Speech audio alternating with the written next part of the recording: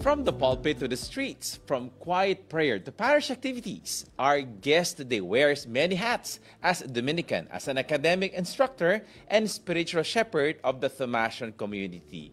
Today, we'll get to know more about his vocation story, his pastoral heart, and his vision for a church that listens, that accompanies, and walks with today's generation. Friends, let us welcome the 16th parish priest of Santissimo Rosario Parish, UST. Let us welcome you, Father Glenmar Gamboa, OP. Good afternoon po. Good Thank afternoon. You, Father Dexter. Yes. How do I call you, Father Glenmar? Kasi ang tinatawag namin si Father Embong. How do we address you? Okay lang po. Father Embong. Father Embong. Okay. So, before we start with anything else, kumusta ba ang nandito ka sa UST na you are the parish priest of UST? Well, kuya, new environment, no? Tsaka marami sigurong challenges pa. And right now, I'm still adjusting because I'm still new in the community, new in this, ministry. Pero before we go to the exact apostolate natin, let us talk about the early life, no? Yung pagkabata mo, saan ka lumaki, saan ka pinanganak. So, Father Embong, no? Saan ka pinanganak, saan ka lumaki? Ako po'y pinanganak sa Cotabato City. Taga Cotabato po ako. Doon po ako nag-high school hanggang bago ako pumasok ng seminary. I came from a big family. Kami po ay 9 na magkakapatid. At ako po yung ika-6. Pang-6 po ako sa magkakapatid. And my father was a soldier. My mother is a teacher, private school teacher, retired na po. Describe to us your childhood. Masaya ba? Malaki dahil sa malaking family natin? Nakakapaglaro ba tayo sa labas, etc.? Naku, siyempre ng bata, marami po adventures. Lalo po ako, marami po kaming mga ginagawa sa school, sa mga kapitbahay namin, sa mga barkada namin. We love to play basketball. Nung bata pa ako, nag-ano po kami, nagpupulot boy sa mga tennis courts, no? Pag wala kaming ginagawa, pupulot boy, kahit na ano pong mga pwede namin gawin. Masaya po ang aming childhood. And then, pagkatapos, marami ring kaibigan.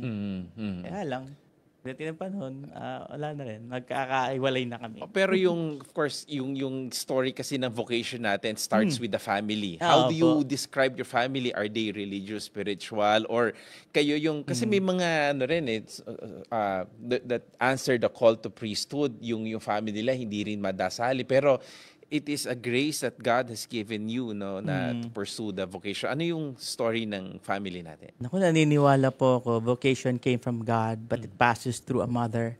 And so my mother is a very prayerful woman. Palagi po siyang, kahit na busy siya sa school na nagtuturo, she has a apostolate sa parish. Nagbibigay siya ng talks. And then, palagi niya po kami sinasama. Ako po, sakristan po ko nung bata. At natatandaan ko palagi sa bahay, yung mga lalaki na magkakapatid kami. We lead the rosary. So, nagro-rosary po kami nung bata. And siguro sa kanya ko po na yung vocation sa priesthood. Pero may mga naka-influensya rin po sa aking priesthood. Lalo na sa pagiging Dominican. No? Meron po akong ate na nagmadre. Shena, sister. Kaya... The name? Baka mention. Shout out po, Sister Joanne. Sister Joanne, siya po yung na-assign ngayon sa Sablayan, Mindoro, sa kanilang community hospital. Siya po yung medtech, tapos after nun, siya po yung nagmadre.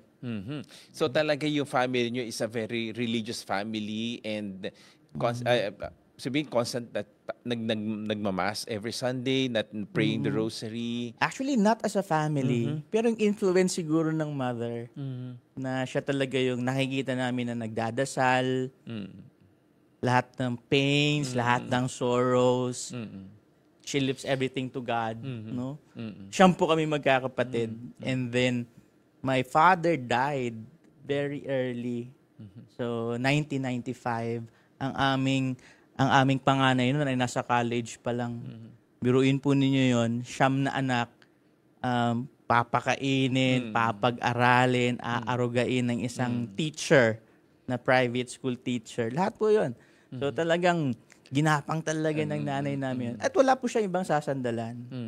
Hindi, tanging Diyos lang. So sa awa ng Diyos, no, lahat po nun. Lahat po nun, napagtapos po niya. Siyam. Kaya talagang very special sa atin ang mothers natin. Ang pangalan po ng nanay ko ay Marieta. And I consider her as my little Mary. No? Talagang yung pangalan niya ay talagang pinanindigan niya. The little Mary of my life. Now tell us now how you answer the call. Ano yung nag-respond ka sa call? Kasi before yung kasi may influence din yung how we responded to the call to the ministry that we have So can you tell us about a brief glimpse of your vocation? No early age, elementary, talagang nandoon po prayer, nagdadasal kami palagi. But as you grow up, no, you enjoy the fountain of youth. You enjoy parang yung strength ng youth. So hindi na ako nagsaserve, minsan na lang ako nagsisimba, palaging barkada. But there came a point na graduation ng high school, talagang napaisip ako, ano bang gagawin ko? Kaya isang buwan talaga ako di lumabas ng bahay. And then, naalala ko yung nung kinuha ang ate ko ng mga madre. Kinuha, di ba? Parang pupunta na siya ng kumbento. Tapos, binigay ng sister yung kanyang number. Sister Gina, hello po. Tinawagan ko siya, Sister, pwede bang pumasok dyan sa kumbento? Sabi niya, ay, anak, hindi pwede dito. Puro babae lang dito sa kumbento. Hindi pwede. Tapos yun, bigla na lang, binigay niya yung number ko binigay niya yung number ni Father Roy, who was the vocation promoter that time. And I contacted him. I was the last one na mag-exam. Tapos na yung, tawag nito, exam period. Last ako pumunta ng, ako yung last. Sa batch po na yon 19 kami, ako yung last. Pero ikaw lang ba nakapasok? Ako lang naiwan. Ikaw lang naiwan? Out of 19, sa batch po na yon, fresh from high school, ako lang yung naiwan. Siguro yun po, nakalimutan ko siya, pero hindi nawala. Nakakalimutan ko siya, pero hindi nawala. Tapos nagkaroon lang ng spark na siguro mag-decide ka sa buhay mo. Pero talagang nakalimutan ko. Tapos yung initial intention ko noon, na pumunta mag-exam, trip lang. Kasi wala na akong ganang mag-aral. Trip ko lang. Nag-exam lang ako, tinanong ko lang. Pero napakabilis lahat. Kasi yung pag-answer natin, yung pag-respond natin sa call, hindi lang ibig sabihin na pag yung iba sabi nila kapag nag-respond sa call, tuloy-tuloy na sa pagkapari yan. No? Hindi naman, di ba? Pero yung sabi nga nila, the last will be the first and the first will be the last. No? Siguro. Pero nung sa formation era natin, no? How do you describe your seminary life, Father? Ay, ako po, nag-enjoy po ako. 15 years po ako sa seminary. Ganun nakatagal. 15 years po ako sa seminary. Kaya siguro sabi ko, na-enjoy ko naman yung aking seminary life. Ang daming pagsubok, ang dami pong mga siguro doon, na-enjoy ko po talaga yung community, yung brotherhood, yung love for study. Saka yun po, talagang, di ba sabi ko una, natripan ko lang. Pero, as time goes by, nakikita mo yung buhay, no? Parang, mapaparating ka na talaga sa punto na magde-decide ka. Sabi ko, you're just deeply convinced na, ito talaga siguro yung buhay mo. Pero ano yung nakita mo sa Dominican, Father, na sinabi mo, this is the life that I wanted to live? Siguro po yung community. And love for study. No? Hindi rin po ako lagi nag-aaral din talaga. But then, that yung in-instill sa'yo, no? Na gusto mong matuto, not only through books, but life experiences, lalo na sa experiences ng tao. Yung the community life kasi it bonds us brothers, no? Kasi sometimes the people only know of priests, parang diocesan pero there is also the Dominican life, no? Na we are bonded as a community, na we share each other's struggles, we share each other's concerns. Kaya siguro yung bonding, naging family mo na rin yung, kaya tumagal-tagal din tayo, no? But how do we experience now yung inspiration mo to persevere? Kasi sabi mo 15 years, Father, tagal no, parang doktor ka na rin. 15 years, 6 months, and 2 days. Okay. Bilang na bilang. Very exact. Pero yung ano natin, how did we persevere? Ano yung sabi natin na nagsabi sa puso natin na I wanted to move on and go forward with life? Una po talaga, I'm just convinced. No, dumating lang talaga sa punto ng buhay na I'm convinced na siguro para dito ako. And of course, sa dami-dami na mga distractions, na mga challenges, what made you go on then is the help of the brothers. Yun po talaga. So, lalo na yung mga, kahit na yung mga old brothers natin, they give you advices, they give you courage, lahat po nun. So, yun. At saka yung mga tao po na nagdadasal para sa iyo. No? Yun po siguro. Very academic life natin, Father. How was it? Di ba your study, you have finished licensure sa canon law, diba? Licensure na canon law. Pero why did you pursue naman sa canon law? Okay. Yung track natin, it's towards canon law. Kasi you have finished also philosophy. You have also theology and canon law. And why did you choose to be a student of canon law? Can you tell us about? Una po, hindi ako yung time namin, kuya, they parang hinihingi nila kung ano yung preferred mo na courses, no? Pero they will decide kung ano yung bibigay sa'yo. So, canon law is not on my list, no? And then the COIL po yung Commission on Intellectual Life. Sila po yung nagsabi sa akin, you take canon law. Of course, we have the vow of obedience. Obedience, okay po, I obey. And so I took canon law. And it took me 5 years to finish. So okay naman. Okay naman. So what did you enjoy about canon law? I mean, what's so interesting about canon law? Kasi baka yung iba, they are interested of also pursuing canon law, yung mga seminarians na nakikinig sa atin. Okay. So, sa batch ko, 9 kami. 2 lang kami seminarista. So, we are the babies, no? Okay. Pero, libre kami sa maraming bagay, but we have to do the dirty jobs. No? Ikaw mag-presidente nito, ikaw mag-presidente niyan. So, pero yung aming samahan, siguro po, yung pong nagpagaan sa akin. And of course, the ministry, it's very practical po. If you look at canon law, it's very practical. It deals with the daily life, daily problems of many people. Di ba mahirap yan? Parang may bar ba yan? Wala naman po. Wala po kaming bar. Just thesis lang. Kagaya rin po sa inyo. Pero yung sinabi natin na canon law, it's about the law of the church that you try to interpret and understand for the people, di ba? I-apply mo sa tao. I-apply natin sa tao. Problema ng tao. Ng simbahan. Father, bata nyo pa. No? Kayo bata, marami nagsasabi, bata nung parish priest natin. Kapag hindi pa ako nakahabit na ganito, akalain nila senior high school student. Mas matatangkad pa mga senior high school. Kaya nga, so sabi nila, that, our parish priest is very young. No? Pero sabihin natin, when were you ordained? December 8, 2021. 2021. So pandemic po yan. 3.5, parang almost 4 years, no? Almost 4 years ka na ordained. Pero after ordination, what was your first assignment po? When I was ordained, I was assigned sa Manawag. So, tell us about your experience naman sa yung, kasi bagong-bagong pare, di ba? Very fresh, sabi nga nila, very holy. Pero yung natin, yung apostolate naman natin. Sa Manawag, I was assigned sa REMI, Religious Department ng Letran Manawag. And at the same time sa parish. So, doon po yung naging trabaho ko. Ano yung trabaho nyo sa Manawag? Sa school po. Sa school. Sa school, sa religious education. Ano yung naging experience nyo po doon that would make an impact on you, lasting impacts natin? Kasi yung time na yon, tinurn over ng sisters yung administration sa mga brothers, sa friars. So talagang nangangapa po kami, back to zero po talaga. So yung time na yon wala pa masyadong program. Gusto namin na baguhin yung structure. So, bumubuo po kami noon. So, sa planning, sa lahat po ng mga activities. So, siguro po yung planning, yung mag-organize Sa school, to strengthen the structure. Mabigyan po ng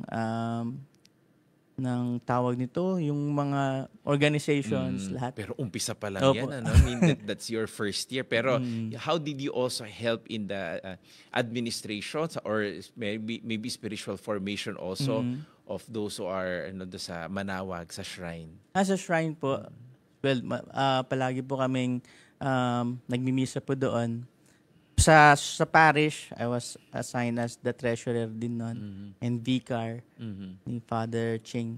Tapos, pumupunta po kami sa mga barangay. Ang dami pong BECs doon.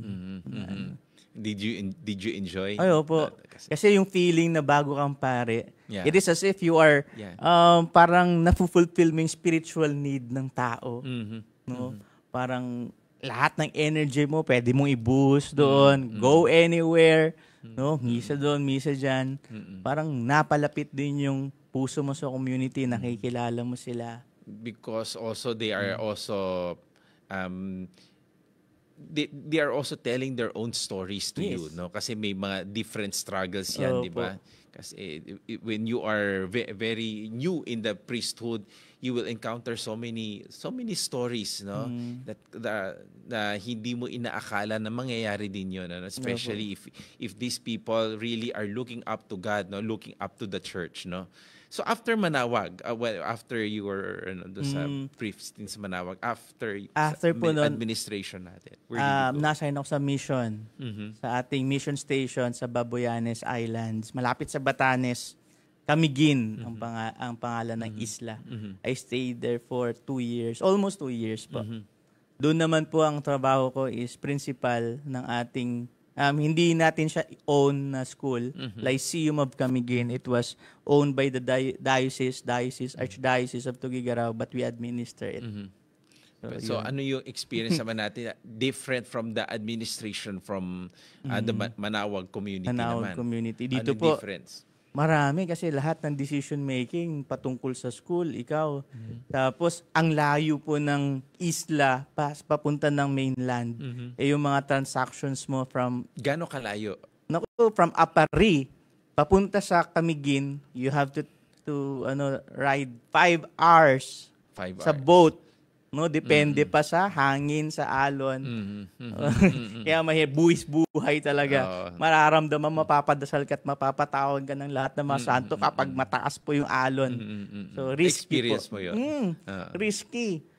Alam mo maganda yung weather pero sa gitna ng dagat, bigla nang dumilim, bigla nang humangin. And yet you cannot do anything about it, no? Iiyak ka na lang. O kaya magdadasal din, dahil isa napapaihi ka na lang din. Kasi syempre nasa gitna ka na ng dagat and you cannot do anything else kasi maliit din yung bangka mo, di ba? But sa Camiguin, ano yung the things that you learned? No, with the community, with what you are doing, or maybe sa prayer life mo, ano yung naging impact sa iyo? Una po, simplicity lang ng buhay. Napaka-simple po ng buhay. Wala po doong palengke, walang barbershop, wala po. Paano? Mga estudyante gugupit sa'yo. Okay. Walang malalaking tindahan. Wala po masyadong makikita po doon. Napaka-simple po ng buhay. Kung anong pagkain na pwede mong ma-harvest dyan, yun lang kakainin mo. Tapos siguro yung hindi sa lahat ng pagkakataon, it's about you. Nung naramdaman ko sa Manawag, parang I fulfill the spiritual needs of parang doon sa isla, ako yung parang na-filled ng napunan. No? Okay. Parang kasi doon naramdaman ko yung kawalan. Naramdaman ko na paano maging wala. Walang-wala. No? Kung may pera ka man, di mo magagamit. Kung paano na pag may sakit ka, paano na kapag yung mga ganun, wala talaga. Parang gusto mo may gawin ka pero hindi mo rin magawa because you are on an island, di ba? Limited. Yung kuryente, hindi ganun ka stable. Pa. Mga ilang oras ba ang From kuryente 2 doon? p.m. to 6 a.m. yung kuryente. Pero the rest, wala na. Wala na. Pero may hospital? Wala, clinic lang. Clinic. So para talagang mahirap din na para pag yung mga nandoon pupunta sa main island, tungtuwa din sila, no? Oo. Maganda yung nature. Pero pag napicturean mo lahat, maghahanap ka na ulit ng bago. Maghahanap ka na ng ng Starbucks. Pero ano yung natutunan mo nga doon na in spite of the emptiness, sabihin natin, or yung sabihin natin hindi mo magawa lahat ng bagay, ano yung natutunan mo naman based on the things that you have, the things that you have learned there? Siyempre, it's all about God. No? Talagang, God provides una. God really provides for us. Kahit na simula pa naman, kahit na sa family namin lahat. God, lalo na doon, God really provides. At saka, if you are in God's presence, everything will be fine. Lagi ko sinasabi, everything will be fine. Everything will be all right. Everything will fall in God's hands. Talagang mapapasa Diyos ka talaga sa lahat ng bagay doon. And God's graces are enough para masustain natin ang lahat ng buhay. In speaking of God's graces in our hands, now that you are the 16th parish priest of UST, inaasahan mo ba ito? O ina-expect mo na, uy, magiging parish priest ako someday? Hindi po. So when you heard about, ito kasi may tanong dito, ano ba yung from Alicia, no? Father, ano yung unang naramdaman ninyo nang malaman nyo kayo itatalaga na bagong kura paroko ng Santissimo Rosario? Ano yung naramdaman mo nung narinig mo na ikaw yung napili? Wala po. Unexpected talaga kasi tinawagan ako ng gwapo nating secretary, no? Na ma-assign ako sa Iloilo. Ready na po ako sa Iloilo po ako, doon ako tutulong. Angelicum Iloilo. Angelicum Iloilo. Doon ako tutulong dapat. Suddenly, tumawag si Father Arden na pinapatawag ako sa Bahay Dominico. Luckily, that time, may canon law convention dito. So, napatawid ako sa isla, sa papuntang mainland. Tapos, ayun, nag-usap kami ni Provincial. Nag-usap kami. So, hindi ko talaga alam kung, akala ko, pinaparedy na niya ako papunta ng Iloilo. Okay. So, pero nung sinabi niya, may nagbago eh. Ayun na. Tapos ako daw ay na-elect sa UST. Alam mo po anong naramdaman mo pagkatapos? Ano Nilagnat ako. Dahil hindi mo expected? Hindi ko na-expect. Ewan ko, halo-halong kaba, takot siguro, napakalaking community. Yung gano'n. Sanay ako sa isla na parang napakasimple. Manawag, probinsya pa rin. No? Ganon. Siguro, di ko alam, mixed emotions. Now that you are the parish priest, no? Ano naman sabi dito from a lay minister, paano ba daw, paano ba natin palalakasin daw ang katekismo o katekismo sa ating parokya? Matuloy na natin dito. Nako, tayo po, itong parish is very unique mo. Diba? Very unique. Very unique ang ating parokya. But meron tayong manpower. Lahat nandito. Kaya, ngayon po, kailangan lang natin ng collaboration talaga. Collaboration sa mga kabataan dito. I want na yung mga kabataan will become our katekista. Bata naman tayo. Diba? Siguro po yung more engagement pa ng kabataan sa different aspects ng buhay ng parokya. Kasi iba-iba nga sabi mo, Father, di ba? Largely transient tayo, mga students, residential, urban poor, youth, elderly, maraming aspeto, no? Pero how are you going to engage them, no? Simultaneously, Yun po talaga, kailangan natin na systematic ang natin. Collaboration. Kaya kamakailan lang nakausap ko na si Kapuroy sa community extension. Simbahayan. No, Kapuroy, may ganito po siguro kaming inanon. Kasi ngayon po, sa 3 weeks na pagiging parish priest, ang ginawa ko lang makinig sa different organizations and ministry. Ano po yung problema natin? Ano po yung, bakit ganito po? Bakit ganyan? So ano pa yung kailangan natin gawin? No? So ang pinaka-problema talaga nila ay membership. Tapos, kasi manpower. No? aging din yung iba. Mhm. So, kailangan na ma-replenish. So, kailangan Dito sa maipasok. organizations Opo, natin. sa parish. Parish. Parish-based. Ano naman yung ano yung mga na-discover mo talaga dito sa parish natin? Yung sabihin natin, napansin from Paul of AB, no? From ano yung una napansin o nagustuhan ninyo or na-discover ninyo dito sa parish natin? Ngayon po, more on, nasa process pa rin ako ng discovering. Kaya, nag-ano pa rin ako, patuloy pa rin yung aking pakikinig. Pero, ang mas naano ako dito, active naman ang ating mga parokyano. No? They are very much willing to help in the parish. Pero kailangan lang natin ng program na maganda at matino talaga para maging maayos po yung gustong makamit ng ating parokya. Ano yung mga, if I may ask you, no, what are your immediate goals? Sabihin natin, kasi may short term, may long term, pero in the next few months, yung mga nakikinig natin, mga taga Santissimo, no, ano ang mga immediate goals natin, short-term goals na gusto ko sana mangyari ito sa parokya natin? Syempre po, magiging alive talaga ang ating parish, no? Syempre, una ngayon, recruitment. Nasa process na po kami ng recruitment. Tapos, makikita talaga nila ano yung kaibahan ng kanilang different organizations. Dapat makita yung clear. Para kapag may pumasok, may magtatanong man lang, no? Ano yung bagay para sa akin? Dapat kami na taga-parish ay ready kami na mag-accept. Alam mo, ready kami na i-cater itong mga ganitong kabataan, mga ano. So yun po, yung pagiging ready po ng ating mga taga-parokya. Pati yung needs nila, no? Pag napakinggan nyo yung mga kailangan nila, gusto nyo na matugunan ayon doon sa kaya nating ibigay. Ano? Kasi syempre, kung ano yung... Kasi very unique nga yung Santissimo, no? Not just the parishioners of outside of UST, pero dito sa UST. Father, meron kayong nakikitang gusto nyong gawin naman sa UST bilang ang UST is part of the parish of Santissimo Rosario. Syempre po yung pakikipagtulungan natin sa university, sa different colleges.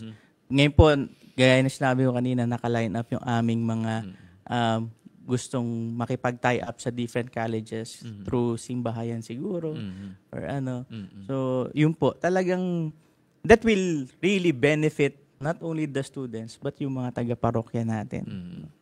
Lalo paano lastly, dun po sa urban poor, how are you going to deal with the urban poor? Kasi students, okay, yung mga ano. So paano po ba?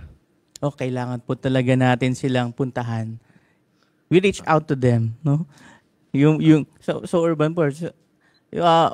Ngayon po may mga nakausap ko yung sa Arkham, kung anong ginagawa nila doon, especially sa urban poor. Yung mga alien, undocumented. Okay. So, sabi ko, pwede po ito sa college niyo. Total, canon law kayo sa Graduate School of Law. Graduate School of Law. Yung mga ganong bagay. Tapos sa PWD. Meron yata di ba? May pinag-uusapan ngayon ang CTHM, Graduate School of Law, at saka Parish. Opo. Kakausapin yata kayo, Father. yung mga ganong bagay. Nabanggit ko na po yun kay Kaporoy, yung mga specifics. Maganda yun, maganda yun. Pati yung mga,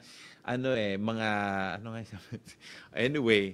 So, yun, we look forward, Father, doon sa mga gagawin natin, no, sa parish natin. Lalo siguro yung mga students pwede kayong makilala. O yung mga youth daw na organization, open po ba ang non-UST students? Open ba ang non-UST students sa atin? Opo, no? Lalong-lalo na yung kapag taga-parokya po natin, no? Meron tayong mga parokyano na hindi taga-students ng UST. So, marami po nagsiserve dito sa atin. And right now po, we are rebuilding yung youth ministry natin. Okay. No? So, doon po tayo, gusto ko doon mag-focus kasi kailangan natin ng mag-train or formation program para sa mga youth para sila yung magiging replenish sa different organizations natin. So, hindi po necessarily na taga-UST lang dapat. And that's why we're inviting everyone, especially those yung mga kasantissimo natin outside UST, na sana po ay makilahok, makiisa sa mga gawain ng ating parokya. Ayan, lalo. as you have said, no, siguro you can give your final thoughts, final message to our listeners sa ating mga kasantissimo, Father. Siguro po, always remember that the Lord is always with us, that the Lord will provide for our needs, pero we have to walk with each other. Sabi pa nga, di ba, the Lord, has planned for you, plan to give you hope and future. So, may plano po ang Diyos para sa atin. And the parish has also plans for you. And so, we are inviting everyone, no, na sana makilahok, makiisa sa iba't ibang organisasyon na ating parokya. Yan lang po. Okay.